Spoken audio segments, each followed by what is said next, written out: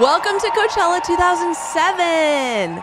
Ugh, you look so out of place. Here, put on this flower crown and this leather bracelet. Okay, let me show you around.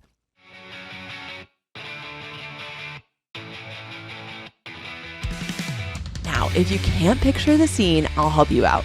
For Gen Z, imagine Coachella today, but without the influencer Olympics.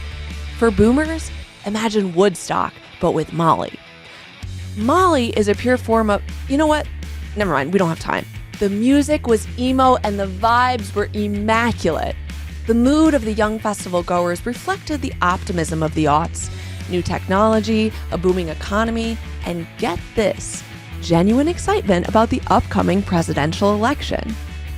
And no person personified the spirit of the mid-2000s like Dov Charney, the CEO and founder of American Apparel. At 38, Dov Charney has built American Apparel into a phenomenon in the clothing business by being different. America doesn't need another faceless institutional apparel company. They need an apparel company that gets it and does it right. American Apparel created the Millennial uniform. V-neck t-shirts, colorful fleece zip-up hoodies, metallic leggings, and that one red and black bandage skirt that had an absolute chokehold on college girls across the country. Ads for the brand were eye-catching. Sexy hipsters and leotards rolling around in white sheets, looking coyly at the camera. A little provocative, sure, but us 20-year-olds could be convinced that it was also empowering. Shopping at the stores, which it felt like some unhinged cross between a discotheque and a high school cafeteria, but it meant something. Yeah, the clothes were a little on the expensive side, but it was worth the cost. Brands like Forever 21 and H&M relied on exploiting cheap labor from developing countries. American Apparel, on the other hand, was made in LA by immigrants who were treated like human beings. He pays his workers well over minimum wage, plus productivity bonuses. Sure, there were rumors of Charney's proclivities. Some women working for the company reported that he coerced them into participating in the borderline erotic photo shoots. And then the pictures were used in magazine ads, and the unintentional models didn't receive any compensation. In 2004, journalist Claudine Coe was on assignment at Charney's LA warehouse when he pulled his pants down and masturbated in front of her. Twice. Boys will be boys? In Charney's defense? That's just how the fashion business worked. Charney says the suits are groundless and claims some stories of his sexual adventures are tabloid exaggerations. American Apparel's board of directors, made up partially of Charney's childhood friends, wasn't too keen to intervene. The company was practically printing money, and an IPO was right around the corner. Plus, if you didn't like working for American Apparel, there's the door. Charney received thousands of resumes from new college grads every week. Dov Charney didn't know it yet, but his reign as King Dick of T-Shirt Mountain was nearing its expiration date. By Coachella 2008, everything would be different. The Great Recession would capsize the retail industry. The Obama administration would crack down on illegal immigration, starting with the undocumented workers at American Apparel. And as Charney found himself backed into a corner, his eccentricities turned into occupational hazards. And as the brand wilted around him, Dov Charney's once loyal army of supporters realized that the King Dick had no clothes. This is the Corporate Gossip Podcast, American Apparel and the Millennial Cult of Dov Charney. Speed. Party rock. Welcome back to the Corporate Gossip Podcast. I'm your host, CPA Scorned, Becca Platsky. I'm here with my brother and my co-host, Data analytics playboy, Adam Platsky. And for this episode, you guys, Adam and I cut our own side bangs.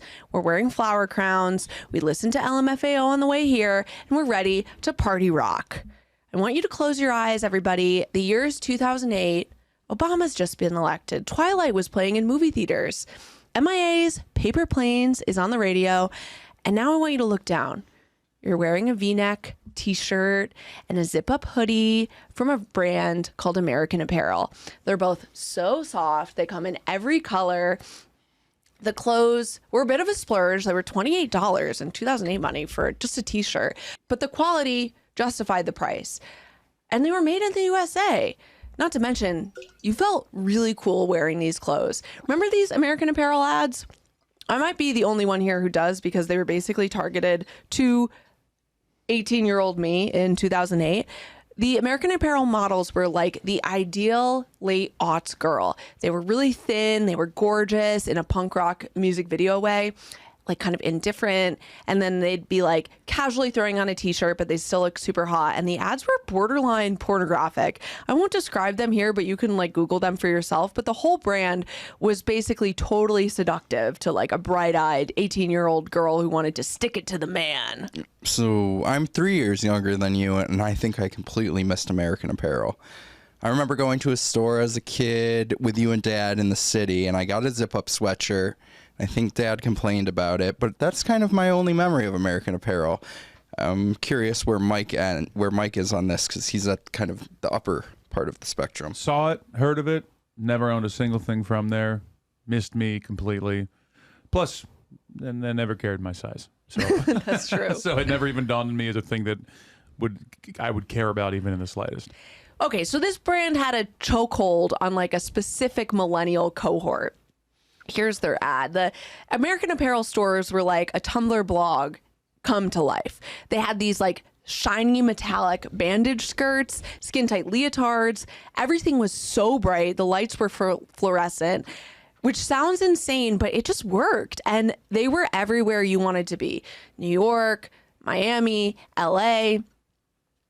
Look, this is an American Apparel hoodie on a very famous picture of Lindsay Lohan coming home drunk. I bet you if you zoomed out, there'd be Paris Hilton sitting on the other side of her. I mean, this was an iconic moment, an iconic brand. Here's the store, and you can see that metallic skirt that I was just talking about. They were everywhere until they weren't. And this brand wouldn't even make it through the aughts. By 2017, they were bankrupt. And what I love about this story is it has a lot of the themes that we've seen in other episodes, but like turned up to a 10. We have a young, charismatic leader who's outwardly pushing this idealistic, egalitarian vision while effectively running his organization like a flophouse, very much like FTX. There's all these really green, optimistic employees who are giving everything to this company that they believe in just to be ridden hard and put away wet. Kind of reminds me of WWE. But there's also a new theme here, which is it even possible to make consumer products ethically in America for a fair wage anymore? And so we've got to do a little education before we dive into our booty shorts. We have to talk about clothing in general, specifically American-made clothing. It's interesting to talk about clothing right now because it's really one of the only consumer goods, maybe other than electronics, that has become cheaper to buy over the past decades when you look at like compared to other things with inflation. And that's primarily because during the 80s and the 90s, especially after the North American Free Trade Agreement signed by President Clinton, which is also called NAFTA, the majority of American textile manufacturing was moved overseas. So that's why when you look at tags now, it's China, Vietnam, the Philippines. This is a chart that shows American employment in apparel manufacturing. So who worked in textile manufacturing. This starts in 1990, but it shows that once we hit 1993, there's like a precipitous drop off in American textile manufacturing, because all these factories are closing and moving to these countries with low labor cost. And here's another chart that shows how clothing prices have changed compared to other consumer goods. They're basically flat.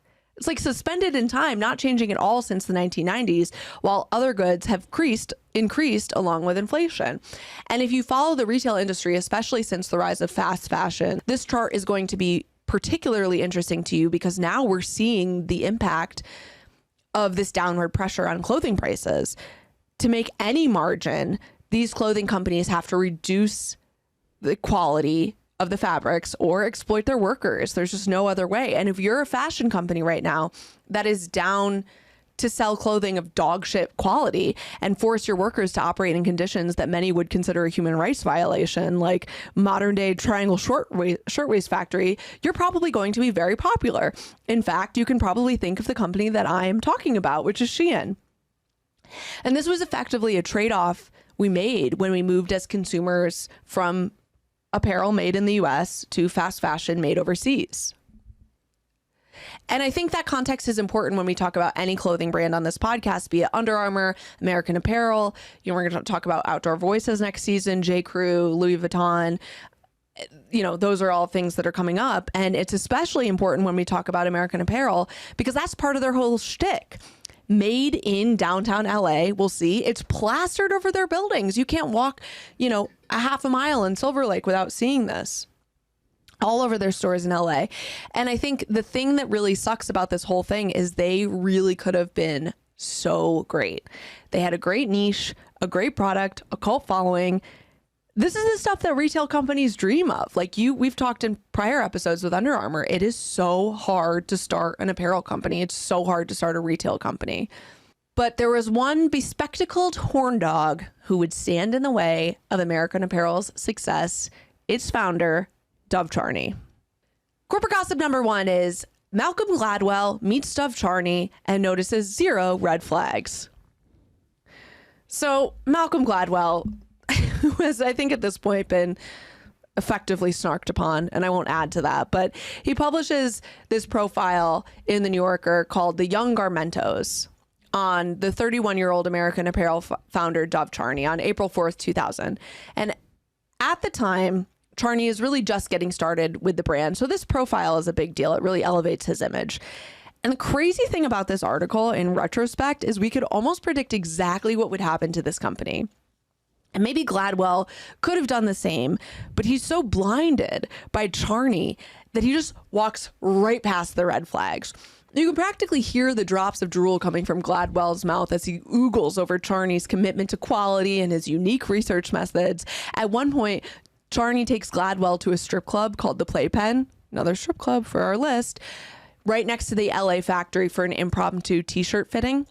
He walks into this club with 3 other American Apparel corporate staffers and asks a few of the strippers to try on a prototype t-shirt. And as he's assessing the fit, he tells Gladwell, I'm going to do my classic accent. Big companies tend to hire fitting models at $100 an hour. Dov explains as he heads over to the Playpen to test some new t-shirts, but they only give you one look. At a strip bar, you get a cross selection of chicks. You got big chicks, little chicks, big ass chicks, little ass chicks, chicks with big tits, and chicks with little tits. You couldn't ask for a better place to fit a t-shirt. Are you looking up the Playpen? Doesn't exist anymore. Oh no! Died along with American Apparel. Playpen does exist, sorry. Oh, okay. What is it rating? 3.7, 98 Google reviews on Santa Fe Avenue, Los Angeles, California. Nice. Next to Soho Warehouse? That makes sense. He was right next to a warehouse, so it was probably the same one. So a majority of this Gladwell article details Charney's obsession with the quality of his garments. Every single stitch, every hem was inspected by Charney. He's picking out every fabric. He's very early stage founder in that sense, but it seems like he has that obsession even as the company grew. And he figured out that for women, the only real kick around t-shirt option is like a heavy Hanes t-shirt. And on the other hand, these American Apparel t-shirts were softer. They felt higher quality. They fit better, and they weren't that much more expensive. And that's not even to talk about the marketing, which we'll get into shortly. At one point, Gladwell asks him about his creative process and influences, and he answers, there were a few influences. I'm not sure which girlfriend, but we can name some. There's Marcella from Argentina. I met her in South Beach. She wore these little tops made in South America, and they were finer than the tops that the girls were wearing in the States. I got such a boner looking at her in that t-shirt that I thought, this is doing something for me.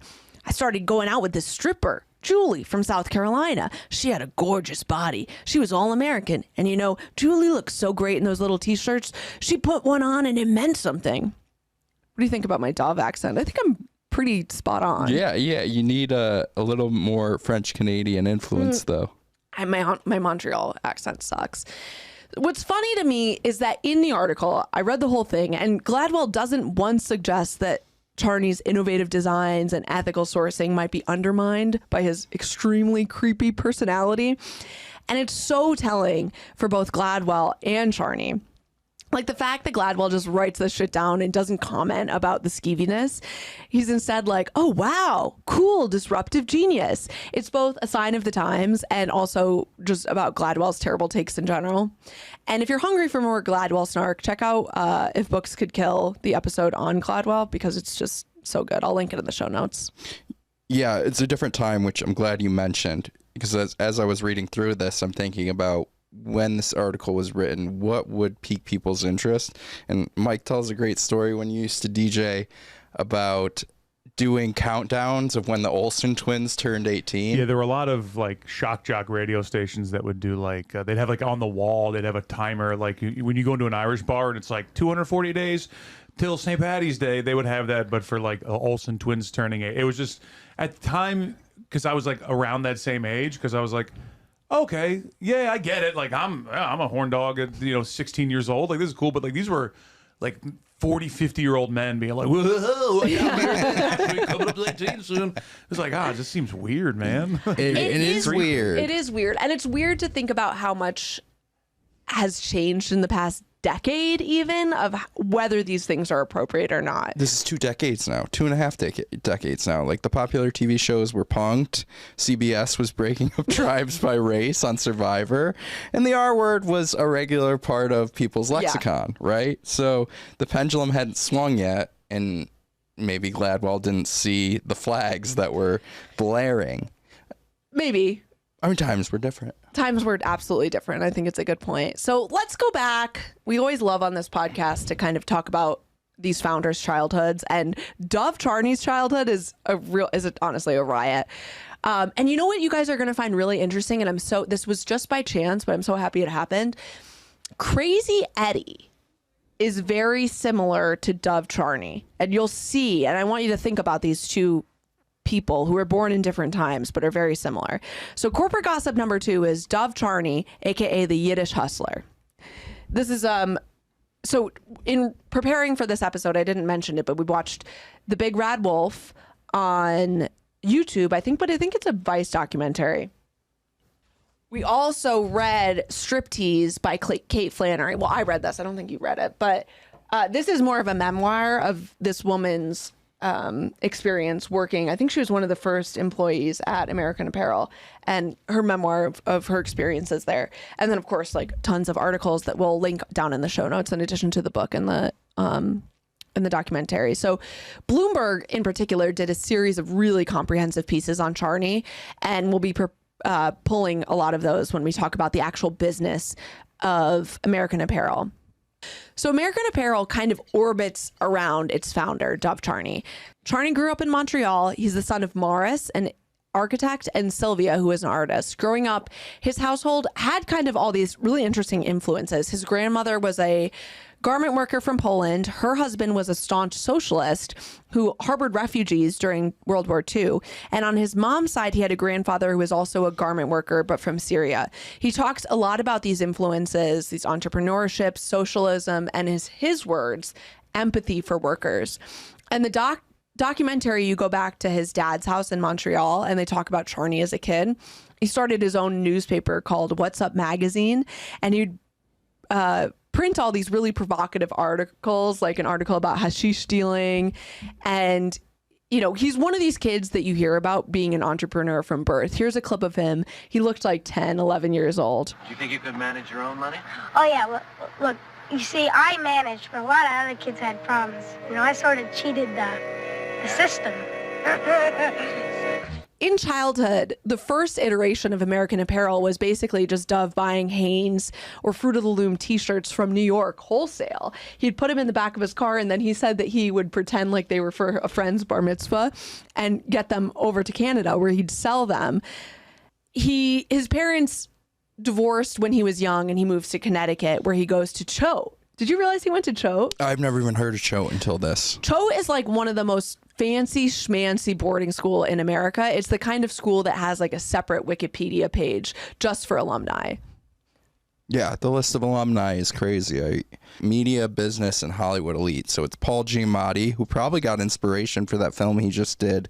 The Holdovers? The Holdovers, yeah. It was like I haven't seen it yet. It's pretty much this. Paul Giamatti, Glenn Close, Ivanka Trump, and JFK.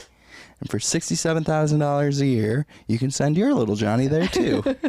It's got to be crazy spending the first few years of your life surrounded by working class immigrants and then like, bam, like you're in the center of the rich WASP universe. And he ends up at Tufts where he starts another wholesale t-shirt business.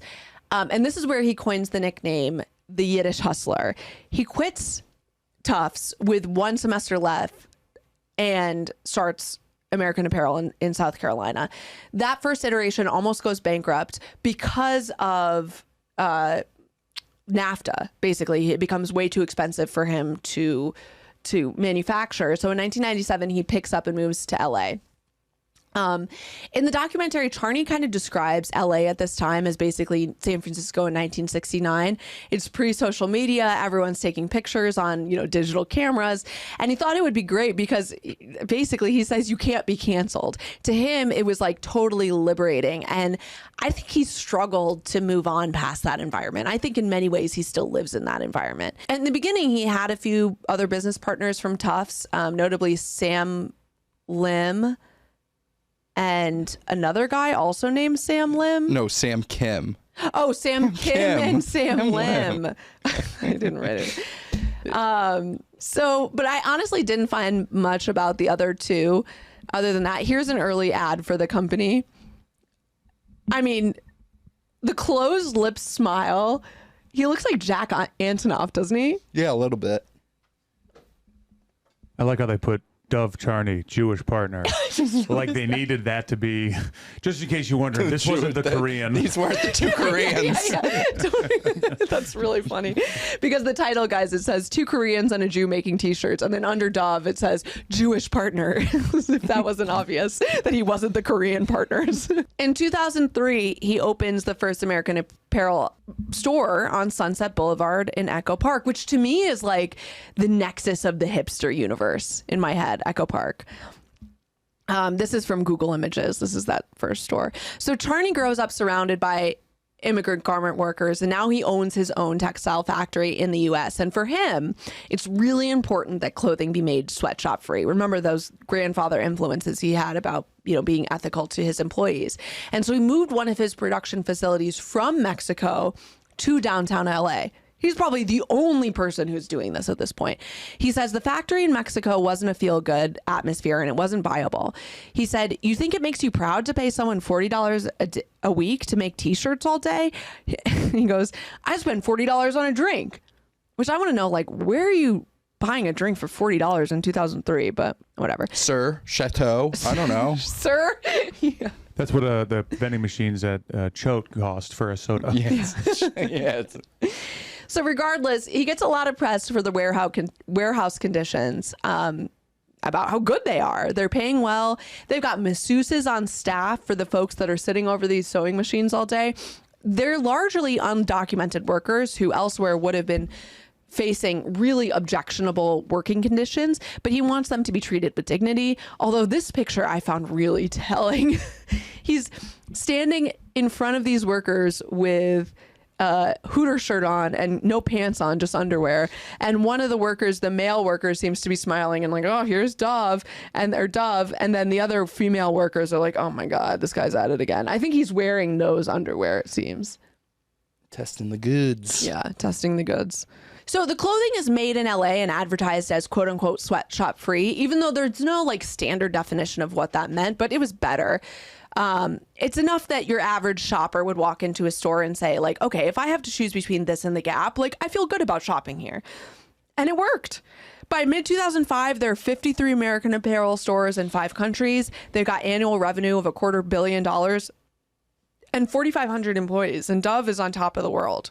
Can I say so far in the story, like I'm waiting to hear what's wrong with this guy, because it's really setting him up to be kind of a hero. Yeah. Because as of right now, if this is the end of the story, this guy's the man. I know. He's given undocumented factory workers massages. Yeah. That's pretty. I mean, nobody does that now. So we just had our interview right before this with Josie Reisman, and we were telling her that we were doing this episode on American Apparel, and she was like, I was a big proponent of sweatshop-free manufacturing, and it was so disappointing to find out what I found out about Dov Charney, because I thought he was going to be the hero. And that's exactly what a lot of people thought. I mean, this was a really disappointing story, and you're absolutely right, Mike. And that's one of the things I'm going to talk about in the takeaways is, like, it's crazy to see how much good he did combined with how much bad he did, and then to make an assessment of this man. This exploding brand is being held up by all of these 20-somethings corporate employees. In the documentary, we meet a guy who's 23 years old when he's in charge of global retail supply projections. You work at a big retailer. How old does somebody need to be in that role? They've got at least 20 years of experience, like 40, 45, Yeah. 50, more on the latter end of that. Another woman was the general manager for Japan operations when she was 22. Because she was Asian. Yeah, that's what they said. Yeah. He doesn't hire anyone with a business degree. It's kind of like INSIS. He wants PhDs, right? Poor, hungry, driven. These kids that he could mold into his image. Zero work-life balance. Direct quote from Dov, work-life balance? Fuck work-life balance. And these kids did it not only because they got these big titles before their prefrontal cortex was fully developed, but also because they believed in the mission. And I will say, again, talking of the time, like, this was the peak hustle culture. Like, you know, up until about 2015, I mean, it was like, you know, rise and grind, hustle harder. Like, this was the culture that a lot of us millennials were brought up into. And Charney would give these impassioned speeches. We're changing things. This is an industrial revolution. And it reminds me of Adam Newman. Here, there's the photographer. She shot these of herself. Feeling good in her jeans. I'm proud of that ad. She is the brand, she's the customer, she's wearing the product, and she's the photographer. This is American Apparel. And you know what's funny is he reminds me so much of a cross between Wayne Diamond and a comedian who we know and you all should look up, Alex Pavone, who Mike actually just officiated his wedding. But he looks really a lot reminds like I think the resemblance between him and Pavone are very strong. Well, and they're both Canadian. What he looks like is he looks like Paul Rudd from Anchorman. In this photo, Yes. yes. So this photo we're about to show is for corporate gossip number 3, meet your new boss. This is Dov Charney. You're seeing him sitting in some type of like sun. What do you call that? Yeah, I think it's a front yard, but it's with some xeriscaping. Yeah, very LA. Xeriscaped front yard. He's sitting in a chair. He's looking at a girl who's in an American Apparel t-shirt and underwear. And this is, you know, at his home in Los Angeles in 2004. So Meet Your New Boss is the title of a 2004 report on Charney written by Claudine Coe in the now defunct women's magazine called Jane. The original article is linked on Code's website, and we'll link it in the show notes. And the expose is so interesting, especially when you compare it to the Malcolm Gladwell piece that was published just 4 years prior. I'm going to read a few quotes, and I'm curious what you think. Has Dov just completely unhinged himself from social norms because he's finally King Dick of T-shirt Mountain? Or was he always this way? And Coe had actually the wherewithal, unlike Malcolm Gladwell, to make this creepy behavior the focal point of her story, where Gladwell just brushed it off. And so here are the quotes. I think you need to give a visual key to the listeners who aren't going to look things up about Dov's facial hair. So this is an advertisement. It's Dov. And by the way, I thought his name was always Dov, like with a, Yeah. but it's Dove, like the bird, according to the documentary. So here he is. This is clearly like post, what do you call that? Coitus. Post-coitus. Post-coitus. Isn't that the term? That's post-sex? Yeah. Okay. Dov Charney, and you can see only half of his face, but you can see he's basically got mutton chops. And it's kind of like the first selfie. Yeah. I mean, Yeah, people are okay, doing- so it's a mutton chop that connects to a mustache. It's but a mutton chop nothing that goes underneath. from, Mike, what is that called? I don't know. I don't think it has. I mean, I'm sure it has. He looks like a Dickens character, like a buzzed down Charles Dickens character. Yeah, he's got a mustache that moves into mutton chops that then connects to his sideburns. Yeah. So it's like at the top of a I don't know, like a helmet. Yeah. Yeah, it's like a helmet. That's Yeah. a great way. It's a helmet. And he's got these big hipster glasses. It's a beard, but shaved from the mouth down. It's awful. It's a reverse goatee. Yeah. It's a reverse chin strap. Yeah, it's a reverse chin strap. It's a lip strap. So it's an upper lip strap. So he sits down with this reporter, Claudine Coe, and here's some of the quotes, okay? He goes, I think sex motivates everything. It motivates my work too. Oh, you don't want something like that's sexually driven, like panties, but have them made in a horrible sweatshop. Like, I know my workers have a good time. They drink beer, they have relationships, they have girlfriends. Plus, it's fun to make money and pay people well. He goes on. It's a misconception to say American Apparel is a cult. It's about being free. It's about telling the boss, fuck you. Coe goes out to dinner with Dov and his assistant, who she describes as a 5'11" Maggie Gyllenhaal-esque. The assistant tells her, I'm kind of his bitch. After the dinner, Coe and Charney go back to the company apartments where, trigger warning, he masturbates in front of her, apparently for the second time, just that one interview. Elsewhere in the article, Coe talks to women who have posed for pictures for Dov, not knowing that those pictures would ultimately be used on advertisements, which they were not compensated for. He describes several long-term relationships with women who still work for the company, of which he says, I'm proud that it happens and we're able to deal with it. I'm not saying I want to screw all the girls at work. I'm not a fucking madman, but if I fall in love at work, it's going to be beautiful and sexual. Coe spoke to other women who work for Charney. Here's a quote from one of these women. Dov's not sexist. He wants nothing to do with PC backlash. He rejects early 90s feminism. Sure, he might come across as offensive, but truthfully, he really respects women who work here, and he would never hurt anybody. He's never masturbated in front of me. Your Honor. Charney said American Apparel wasn't a cult, but it's giving NXIVM. I'm sorry. There's so many stories in this striptease book where the culture is just so pervasive across the entire organization. So it's not just Dov that's doing this. It's other men who see that it's okay. It's there are other women that are doing it. Well, there's lots of men in Hollywood who are masturbating in front of women at that time. That's a great point. Something in the water out there. A few of my favorite stories from the documentary that you didn't put in there. So Dov would keep a fully stocked fridge so that no one would leave work. So think about that when you're at your company and they've got all the free food. It's, you know, just to keep you working more, as we realize. But the other thing is, people were taking too many cigarette breaks, so he got them all vapes, so that they could just smoke at their desk. So it sounds like a rehab and not really like an upstart retail brand. I didn't know that they had vapes back then. Me neither. He must have been very early on to the vape culture. So the other thing about the work environment that isn't mentioned in the article is also Charney was verbally abusive. He'd yell at people, he'd demean them, he'd grab at them like he was going to choke them out if he didn't think they were working hard enough. Another trigger warning for the verbal abuse you're about to hear in this next clip in the office at American Apparel.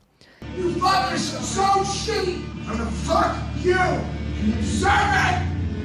Move on. This is rage. This is not even normal anger at work. This woman is almost in tears when she retells this story. Oh, and obviously there's no HR. This behavior is normalized. It's part of the brand. It's part of the mission. It's what you have to do to be a part of the revolution. Oh God, here's another picture of Dov's facial hair. If I could, I love that all these companies talk about it like it's a revolution and not like it's T-shirts. I know, isn't it crazy? What are you changing other than the stitch weaving? Like these guys got these complexes that are just untenable. Well, it's unreal. Like it's crazy to think that in America, treating people humanely at work is a revolution. Yeah. And not only that, but I would also say, like, this is what happens when you have a charismatic leader. They can make you believe that something that's quite normal in a normal regulated society is actually revolutionary, and you really believe that you're changing the world. Yeah, like, can we go back to a third world country if we don't have to look at this guy's wiener hanging out of his shorts all the time? You know what's crazy? The same year that this was published, the Claudine Coe expose, Charney was named Ernst & Young Entrepreneur of the Year. Which, by the way, I looked for. I only found that because I saw it in another contemporaneous article, and I looked for it today. There is no record of him. If you go to the EY website and the Wikipedia page, they have removed it. But just know that happened. Prudent. So if this article comes out, you're an investor or you're a leader in American Apparel, and you probably got to be thinking like, whoa, we got to address this. And they did.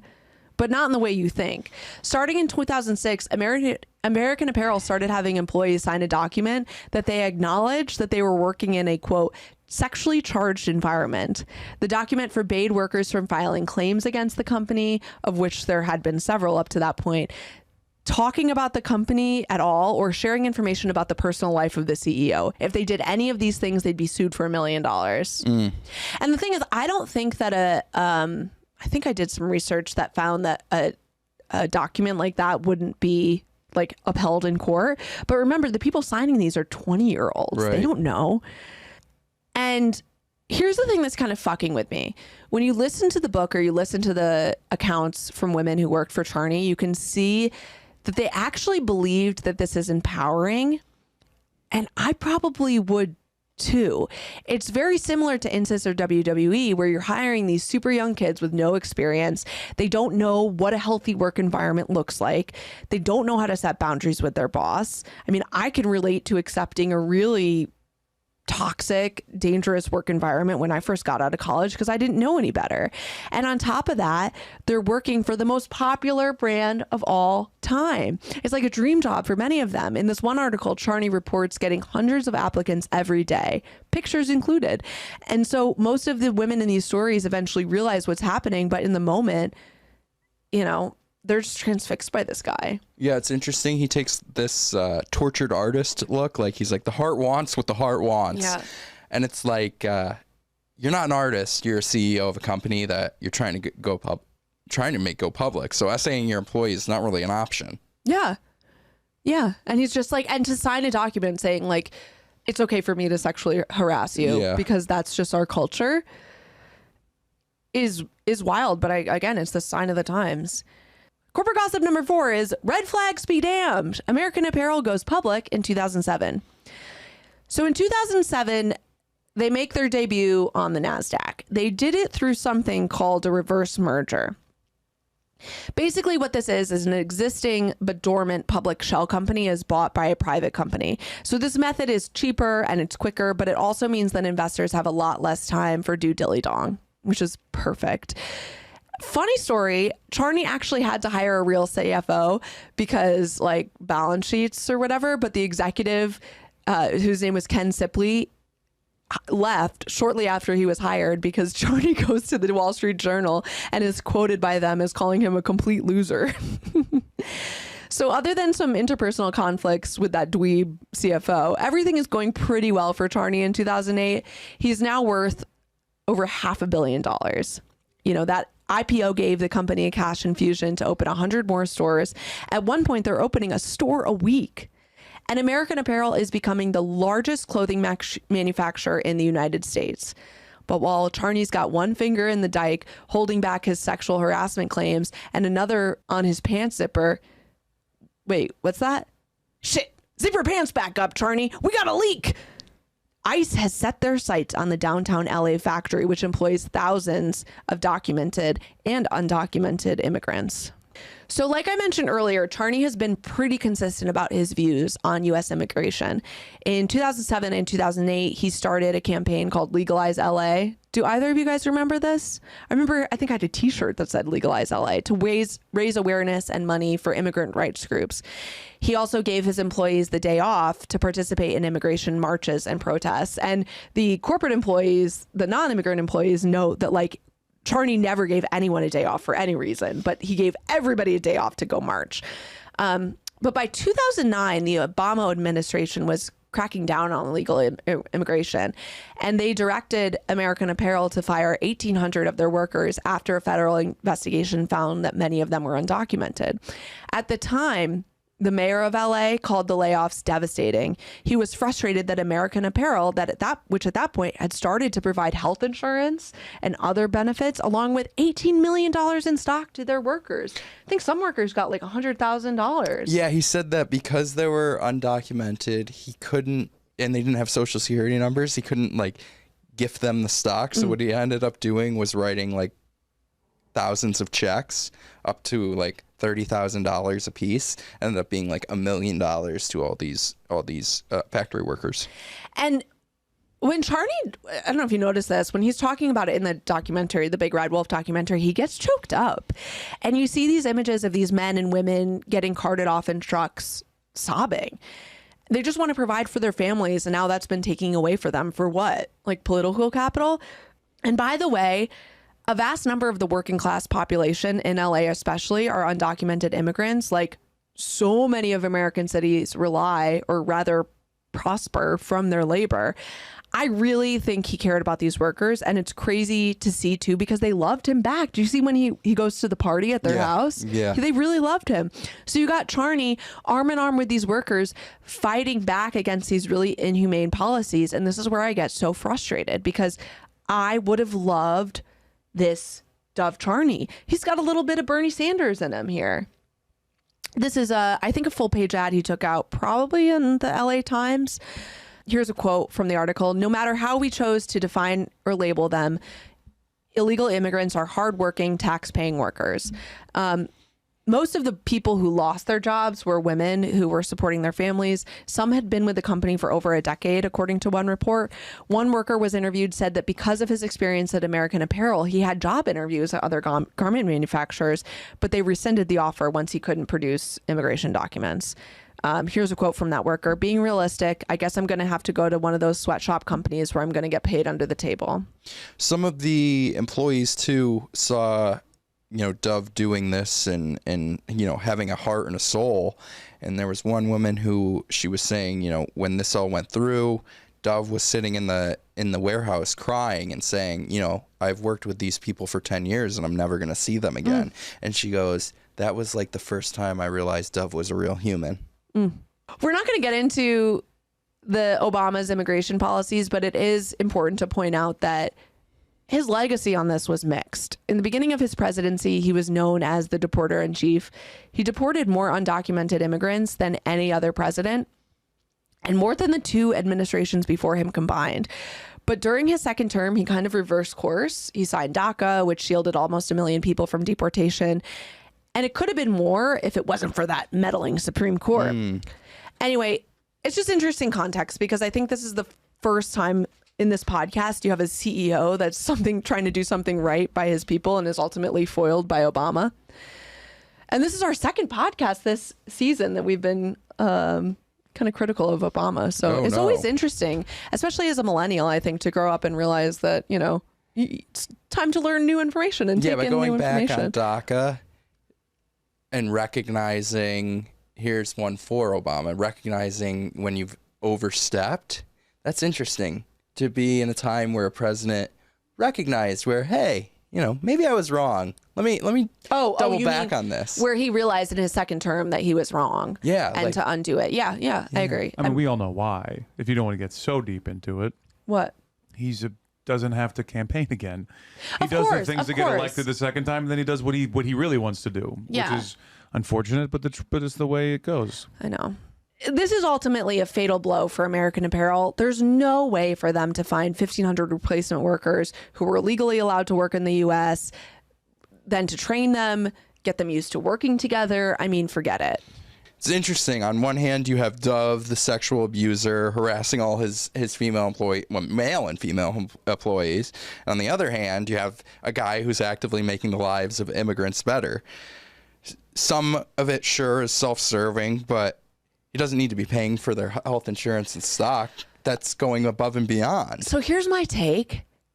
I think, this is just my opinion, that it seems like if Dov doesn't want to fuck you, he can respect you. How can he treat one population one way and another population the other way? The only difference I can see is one of them were 20-year-old chicks that he wanted to fuck, and then the others were like, he was seeing them more as humans. But he was regularly screaming at straight men as well. Because he sees them as sexual. Like, there's something there.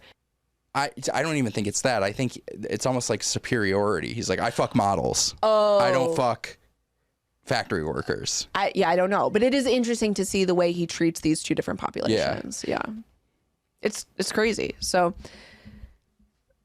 let's get back. We're getting back to the business. All right.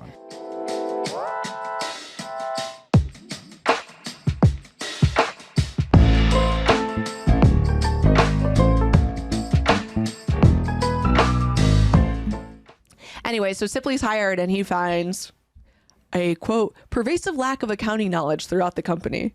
What? Did the intern not host any lunch and learns? Here's Charney in front of the NASDAQ stock exchange. The light seems to have gone out of his eyes, huh? That's what going public will do to you. It looks like he's on barbiturates. He's like, none of you analysts are hot. He looks like he's about to do one of these. Yeah. Yeah, he does look like he's mid-blowing a raspberry. So throughout 2006, the Wall Street Journal exposed there's a bunch of creditors and lenders who are recalling their debt, and the company has to restate financial statements again. And this is where Charney is up against the wall. He needs cash, but no one will lend to him. And then they find their new financial director, the fucking intern, Adrian Kowalski. Kowalski? I don't know. I'm looking at his LinkedIn right now. Who gives him an idea. He goes, you should IPO, but not the regular way. There's no way this company would pass any audits. But if you do it with a reverse merger, you can quickly raise cash without the pesky accounting scrutiny. So that's what they did and why they did it. And the shell company they worked with said that the company needed adults in the room. But ultimately that didn't happen. And it's not clear why. Charney remained CEO and no new executives were brought in once they IPO'd. You know, you were talking about the house in Echo Park. This is the house. And it's crazy. This is an ad for American Apparel. It's Dov Charney sitting on a laptop with two young people who are working for him, women. On the bed with him. Can you imagine? Lloyd Blankfein on a bed? I don't know what CEO in their right mind has a bed on the floor and wears shoes in bed. It's giving boy room. Yeah, the male urge to put your bed on the floor and have no nightstands. But he does love dogs. That's true. He does love dogs. That's a redeeming quality. Shit. He's always with dogs. Yeah, he does. And it was always mentioned he always had dogs around. Yeah. So he showed up to a party with his dong out, completely naked, hung out for 4 hours with his dog, and then left. Yeah. Let's fast forward now to 2011. Sales are slowing. Half of the factory has been let go. Banks are pissed because now rather than reining in expenses, Charney is pumping money into the only thing he knows how to do. Remember, he didn't learn anything else while he was CEO. All he knows how to do is advertise, make it sexier, but it ain't hitting like it used to because now there are dozens of sexual harassment lawsuits against Charney. And like I said, the NDA agreements he tried to have his employees sign were deemed unenforceable. So this is from a New York Post article that year. Says key lenders, Lion Capital and Bank of America are, quote, fed up with Charney's control freak management style, noting that it has left this clothing chain in disarray and helped fuel an $86 million loss last year. And if you look at the cash flow statement that same year, what you'd find is that most of the cash coming into the business isn't from operations, it's from financing, which means they're not paying their bills by slinging t-shirts. They're relying on bank loans and investments. This is fairly common with early stage startups, but you don't want this to be the case in a business that's already been around at this point for 15 years. At this point, Charney's back is up against the wall. By 2011, American Apparel is losing its luster. It's on the brink of bankruptcy. And all those 23-year-olds who kept the brand afloat by working long hours for little pay in 2004, they're 30 now. And luckily, by this time, the behavior of the CEO actually is raising some red flags for future employees who are looking elsewhere to start their careers. And he does hire a real CFO at this point, this guy named John Luttrell, who's just like a regular business guy who walks into this cluster and is like, what the fuck, guys? And I'm just going to rattle off some things that Charney tries during American Apparel's final death rattle. This is from a Bloomberg story called Dov Charney's Sleazy Struggle for Control of American Apparel. And here he is. I think he's at the company's lawyer's office. And he's got his feet on the desk. And he looks like a little boy. Yeah, he does look like a little boy.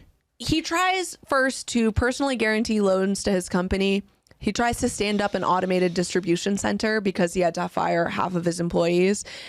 This was supposed to save the company $5 million a year, but it was a total flop because there were software problems and there was inefficient training. One customer got an order from the facility that just had packing tape inside.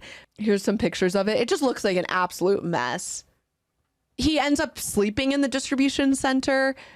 He had somebody bring in a mattress and a hot plate, and a shower was installed. Charney regarded moving into the distribution center as a sign of his commitment. The board saw it as a sign of Charney's intense management style. I don't know, the male CEO urge to sleep in a factory. What do all boys have this dream of sleeping in a factory? 5 years old, you start getting that one. Oh, you want to play FMK? Yeah, I do want to play FMK. All right, you ready? Yeah. Charney, Musk, Newman, go. Oh God. So let's start with F. Let's start with F. Just on looks alone. No, you do it. All right. I'd probably kill Elon Musk. I'd marry Adam Newman, and I'd fuck Dov Charney. Mike? Fuck Elon Musk. He looks like he's got soft skin. Skin that's genuinely never touched a hard day of labor in his life. I'll marry Newman because that guy got a lot of money. Yeah, that's what I think for a lot of nothing. And then let's kill let's unalive Charney. Carney, he is a carny. Okay, so he tightens his grip. He reviews every check that goes out, and the board let him stay. But the CFO is like, this guy's got to go. He types this list of topics he wants to talk about to the board to convince them.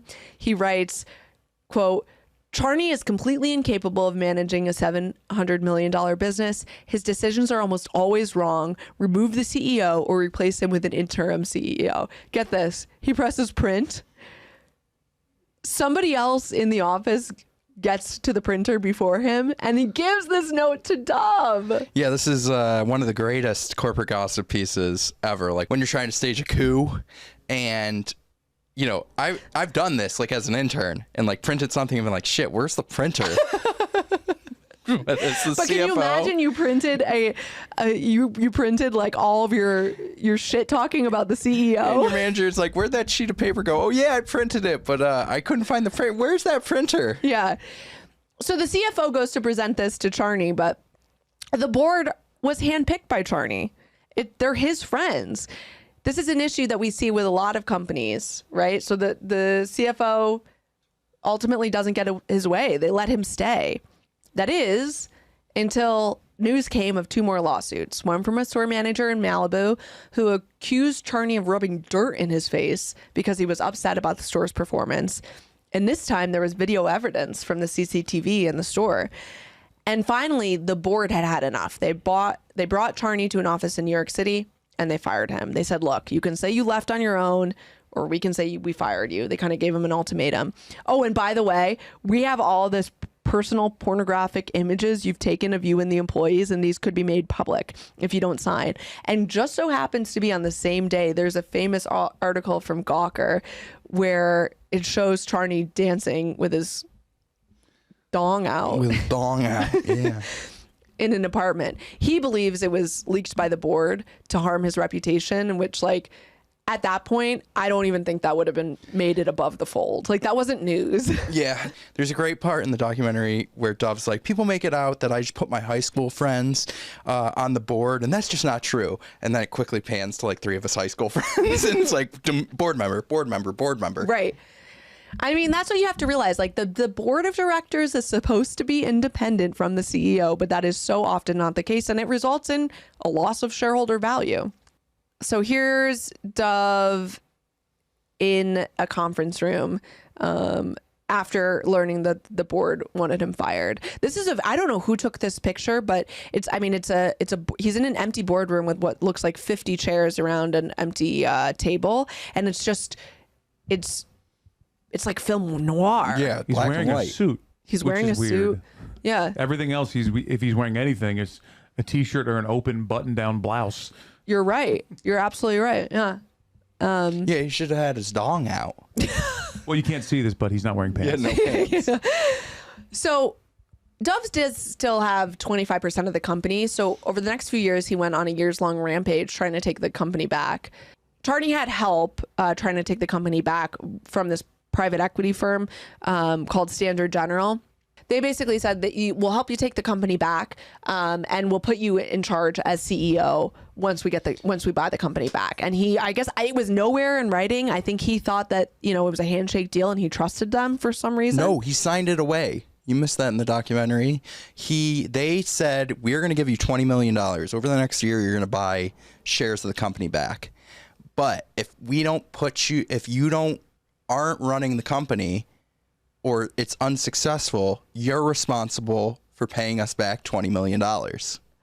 So he basically signed a shitty, awful agreement. Yeah, he just didn't care. He's power hungry. Yeah, he just saw that somebody threw him a lifeline. Loan sharks. Yeah. That's a loan shark deal. That's a straight up street deal. And he signed it. Yeah. That's why I was confused. I was like, did he think that was going to happen? I mean, it was very clear. So anyway, he quotes, he says, "I gave them my entire life's work and they agreed to put me back in, and then they betrayed me." And not only that, they told him, don't step foot in an American Apparel ever again. But obviously he couldn't help himself. This is from Twitter at the time. Ousted chairman and chief executive officer of American Apparel, Dov Charney, is spotted in one of his former stores. You know what this reminds me of? Do you remember in Barry when NoHo Hank shows up at the store and he's like, "It's me, it's NoHo Hank." And that's what this reminds me. Like, he should have at least put on a disguise. He could have put on like a Bob Durst mask. Yeah. He is disguised. He's fully clothed. That's true. Oh, I thought you'd only recognize my penis. Corporate gossip number 6 is, "Hello, lady boss. Please follow me while I show you to your office on this gorgeous glass cliff." So in early 2015, American Apparel does what every company does when it's in crisis. We've seen it at Under Armour. We've seen it at Boeing. We've seen it at PG&E. Here comes the lady boss. I cannot be silenced. So if you're not familiar with this phenomenon, let me bring you up to speed.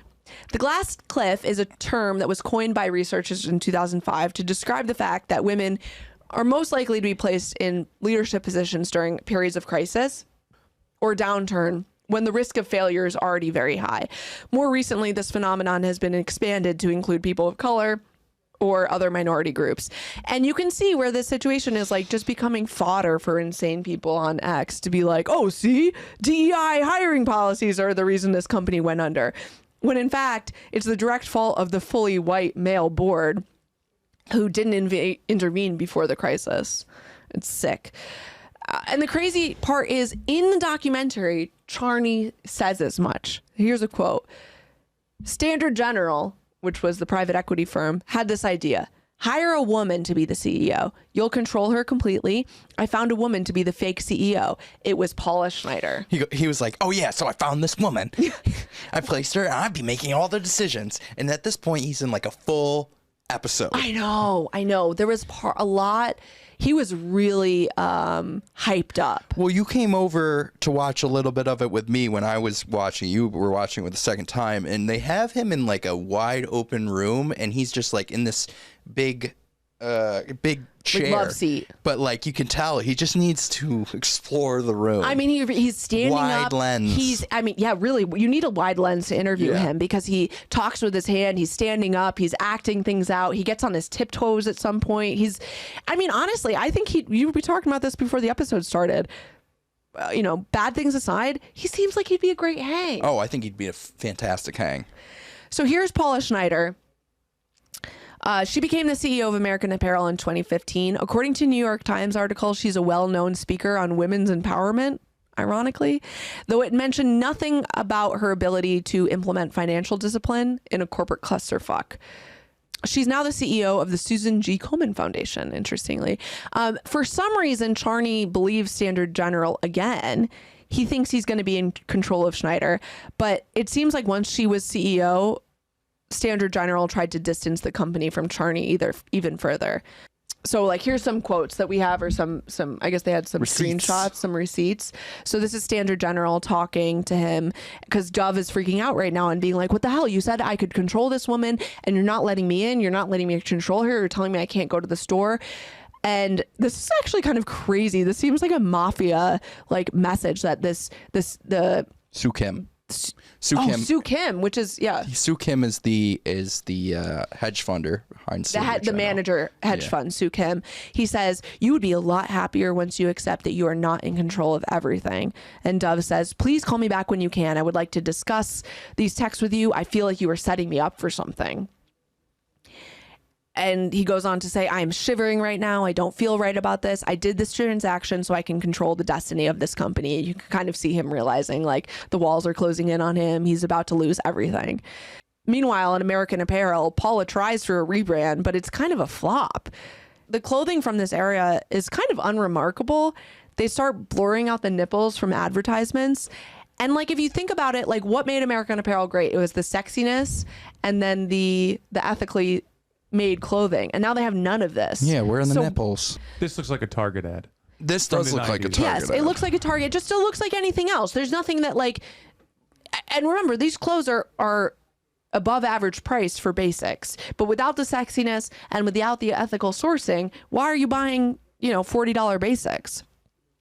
Charney's still trying to get the company back. He's in court in Delaware trying to get Standard General to reinstate him. Here's some home video before the trial. If these clowns fucking take American Apparel, I'm gonna fucking leave them with a rotten little shell.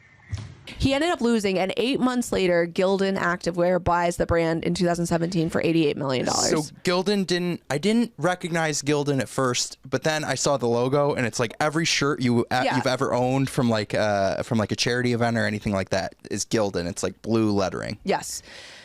The thing is, Gildan didn't really do anything with the apparel manufacturer. By 2019, 2020, they used to have a Made in the USA tab where they housed the brand's products, but it disappeared from the website altogether, and American Apparel was dead. Mm-hmm.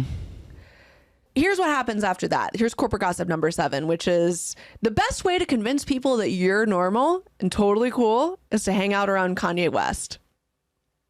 So here's what Charney has been up to for the past 7 years since he was kicked out of the company he was founded. Literally the same shit.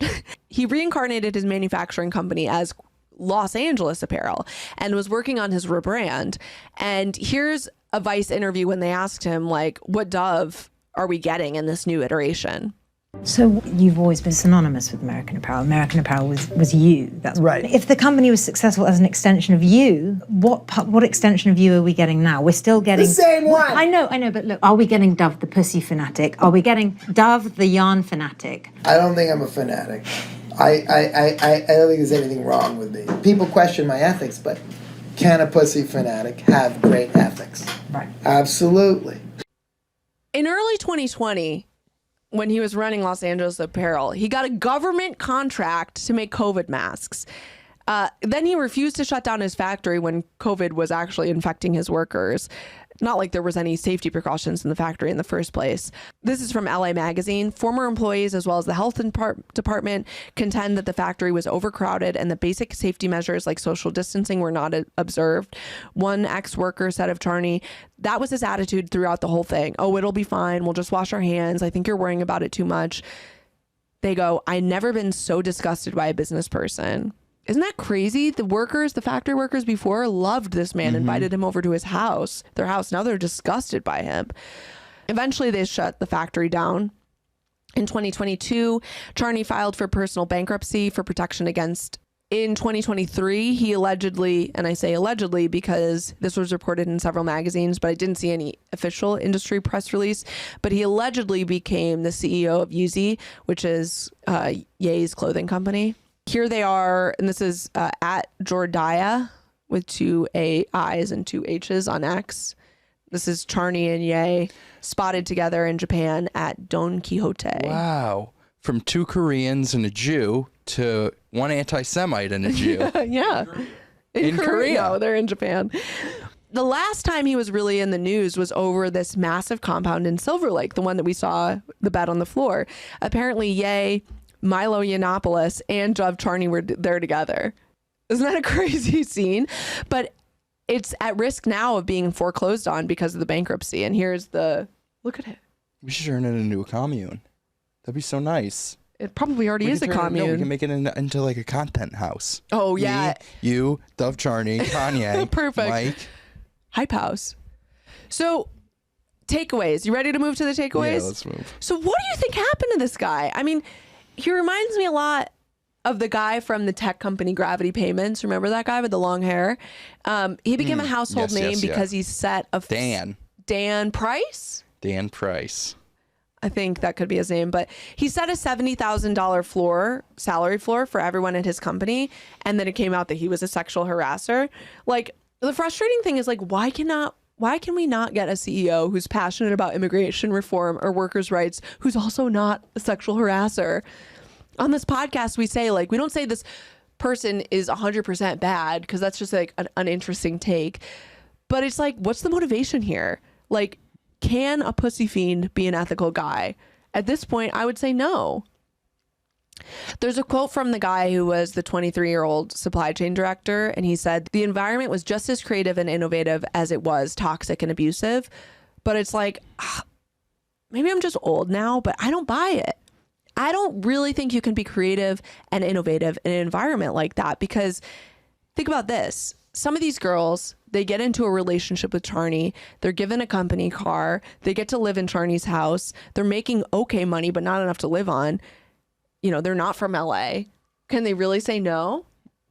And the other weird thing is what we talked about earlier, which is like the way he treated manufacturing employees versus the store employees. Like I said, you know, he doesn't want to fuck them, so he's able to have empathy for them and see them as humans. And it sucks because a lot of the things that this company brought attention to, immigration reform, American jobs, quality in textiles, it's buried because of his decisions. We did a whole good episode on Chobani, and frankly, I would argue that Charney has just done just as much good as Hamdi Ulkaya, the CEO of Chobani, in this space. But Hamdi Ulkaya didn't sexually assault his employees. And ultimately, that's why I think you kind of just have to draw a line in the sand and say, like, it doesn't matter how successful you are. You can't abuse any of your employees, period.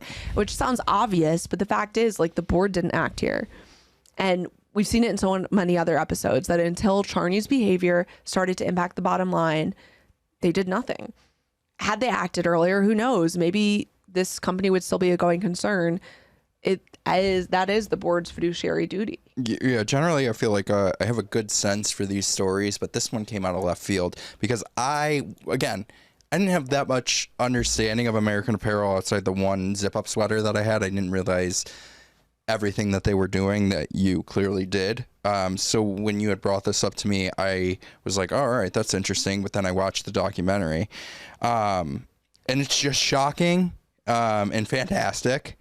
Dov is such an interesting, crazy, like weird character. It's so funny because while he was so great for the brand in a lot of ways, minus like the obvious, he was plagued with classic founder CEO, to quote my friend Danielle from Summer House. As a founder CEO, I'm a fucking maniac. But like, let's go back to 2002, 2004. Do we think if Dov was if Dov was self-aware enough to be like, all right, listen, like I'm going to concentrate more on the brand, the creative, I'm going to put a seasoned CEO and an adult at the wheel to handle the financials and the operations, where would American Apparel be? I think Dov would eventually be ousted, but it could probably be very successful. But the one thing I would say is this would never happen because Dov is such a egomaniac and no self-awareness that he always needed to run the company and drive it into the ground. And he's got this self-destructive behavior that he is, for wherever he gets it from, he is completely self-destructive. That's why he reminds me so much of Eddie Antar from Crazy Eddie's. Like, there would be he could have easily called this Crazy Doves. Like, he is the company is him. And I don't think ultimately either man actually wanted to be the CEO of a company. They wanted to have a ton of fun and have that power. And the only way to have that power is by being the CEO. You don't get that power by being the creative director. Right. And that's very intoxicating for these men. Mm-hmm. But yeah, I think you're absolutely right. If he was the creative director and there was some reins on his behavior and there were guardrails and there was rules, I think they could have absolutely been a going concern. I do think Obama's immigration policies kind of, was a fatal blow. Yeah. But they could have potentially. I mean, but here's the thing. There is also a way to do things and move things to Mexico and ethically. Be ethical. Yeah. Not made in America, fine, but made ethically in Mexico. Ethically to American standards in Mexico. In North America. In North America. Yeah, absolutely. Never put a headshot on your resume. Yeah, that's true. I mean, that this was really the time where you would also put headshots on your resume. Anyway, you guys, this is the final regular season episode that we are recording. Oh my God, I can't believe it. Season 4. I'm about to pound some Topo Chico, pound the rest of my bubble tea, and celebrate. And I'm so excited. Maybe I'll go to Dave & Buster's.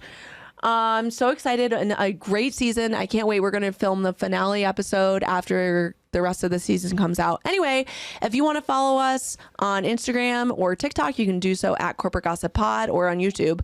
If you want to support the podcast, you can do so by buying us a coffee at the link in our bio. All the books that we read, Striptease, namely, is on our bookshop.org storefront, along with all the Bloomberg articles and Wall Street Journal articles that we read are all in the Substack along with those pictures.